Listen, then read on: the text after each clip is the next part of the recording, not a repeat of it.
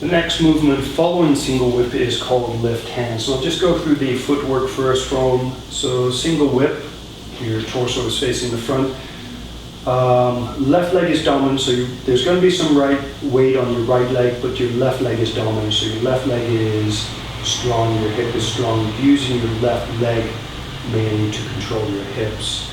So from here, shift your weight fully onto your left leg so that shift your weight fully onto the left leg so it's even stronger now, so that the right leg has no weight. So ideally when you lift your right leg, if it has no weight, your upper body won't move at all. I've got some slight movement, and what's actually happening, because of the position of my leg, the way I raise my right leg, it's almost like a crane arm. So to balance the weight of my right leg, I have to lean slightly forward in order to lift it. If I could bend it like that and then lift it, it'd be easier to keep my body still.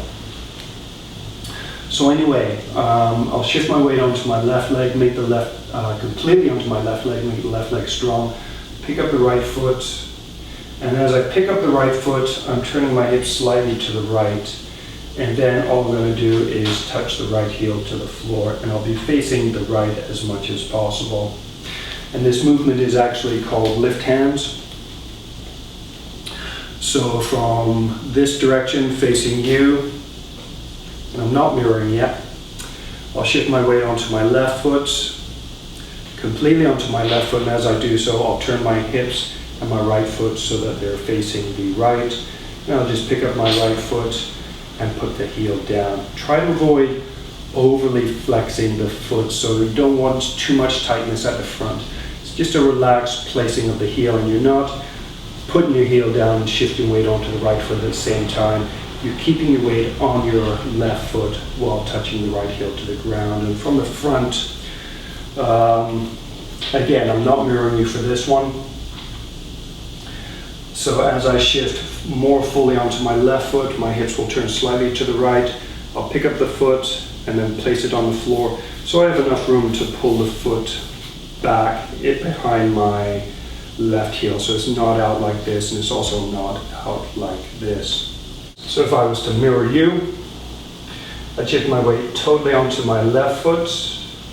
As I do so, I'll turn my hip slightly to the right, I'll brace this hip and this knee, and then I'll pick up the right foot, place the heel on the floor, ideally with the heel in a position that the foot can slide behind the left heel like so. Actual hand position. The actual hand movements, as you shift to your left foot, and here I'm still mirroring you, as you shift to your left foot and your hips turn, the right hand opens like so, and palm faces inwards. As I bring the leg up, the left hand will drop so that the palm is in front of the palm is directly opposite the left elbow. Again, this is called lift hands. So this time, not mirroring you.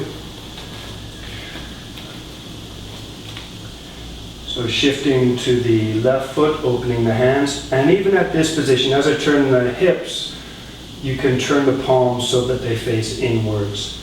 Then as you bring the foot, you lift the knee. As you bring the foot in front of the body, touch the foot down, that's when the arms reach the final position. So from here again, not mirroring you, I'll shift to the left foot, open the palms. And notice as I turn the hips, it is the hip action, the hip turning action that turns the palms inwards. And then from there, as I lift the knee, that starts to bring the hands together. It's almost like the hands relax inwards. And then as you step the foot down, there's a slight moving forward of the hands. So as the foot goes down, the hips can turn slightly to the left. And that action, it can push the right hand forward slightly and pull the left hand back. I'll do single whip and then lift hands. So for single whip, pull the weight back onto your left leg, turn to the left, turn to the front. Let the arm swing slightly past the front of the body, then shift to the right foot, bring the hands in and then back out to the right. Step with the left foot, look at your palm, turn the palm outwards. This is the end of single whip. This is single whip. Next, for lift hands, turn the hips to the right, turn the palms, Lift the knee and put the foot down. Lift the hands. So again, not mirroring you, pulling back for single whip, turning the body, shifting the weight back onto the right foot, then moving into single whip, looking at the hand, then turning the hip, the hand, and the right foot. Then shifting weight onto the right foot, opening the hands, turning the pelvis at the same time, lifting the foot slightly, bring the hands together. Then as I touch the heel down, the right hand goes slightly forward, the left hand goes back, and that action is actually led by the pelvis. Do that again. Pull the hips back, turn the hips to the front, and shift your weight onto your right leg, and turn the hips left. Step with the left foot, shift the hips onto the left foot, turn the hips to the front, and turn the hand and right foot at the same time. Shift weight onto the left foot, turn the hips slightly right, open the hands, lift the knee, bring the hands towards each other. Then as the heel goes down, the hips turn to the left slightly. So when you're doing lift hand, if you can work towards sinking your left knee or bending your left knee so your weight sinks down. Make the foot strong. Try to make the foot and ankle strong so that your knee is comfortable, so your left knee is comfortable. If it gets too painful, then do it in a slightly higher position like so.